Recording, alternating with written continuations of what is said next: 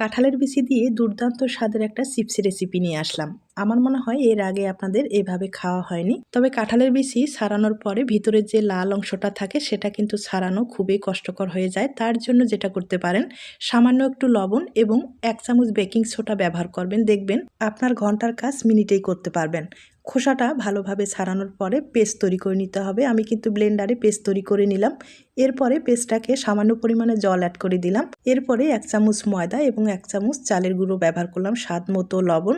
খুব ভালোভাবে মিশিয়ে নিতে হবে। বেটারটা একটু পাতলা করে তৈরি করে নিতে হবে। এরপরে 1/2 চামচ পাঁপড় খার ব্যবহার করে খুব ভালোভাবে আমি পেস্টটাকে তৈরি করে নিলাম। এবার একটা স্টিলের প্লেটে সামান্য বেটার দিয়ে খুব ভালোভাবে আমি ছড়িয়ে দিলাম। ছড়িয়ে দেওয়ার পরে এখানে কালো জিরা ব্যবহার করলাম আর কিছুটা পরিমাণে শুকনো মরিচ ছোট করে কেটে নিয়ে ব্যবহার করলাম।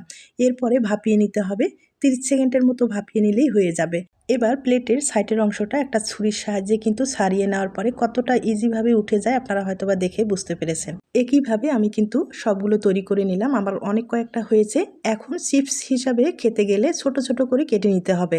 আর আপনারা যদি পাঁপড় হিসাবে খেতে চান সেক্ষেত্রে কিন্তু বড় বড় রেখে দিতে পারেন। আর এগুলো তৈরি করার পরে রোদ্রে শুকাতে হবে। আমি রোদ্রে শুকিয়ে নিলাম। দেখতেই পারছেন কাঁঠালের বিচি দিয়ে যে এত সুন্দর একটা চিপস তৈরি করা যায় আপনারা হয়তোবা দেখে বুঝতে পেরেছেন। বাচ্চারা ভীষণ খুশি হবে। বাচ্চারা কেন, বড় ছোট সবাই পছন্দ করবে। এই চিপসগুলো আপনারা পুরো বছর কিন্তু সংরক্ষণ করে খেতে পারেন। আর ভালো লাগলে অবশ্যই বাড়িতে ট্রাই করে দেখতে পারেন।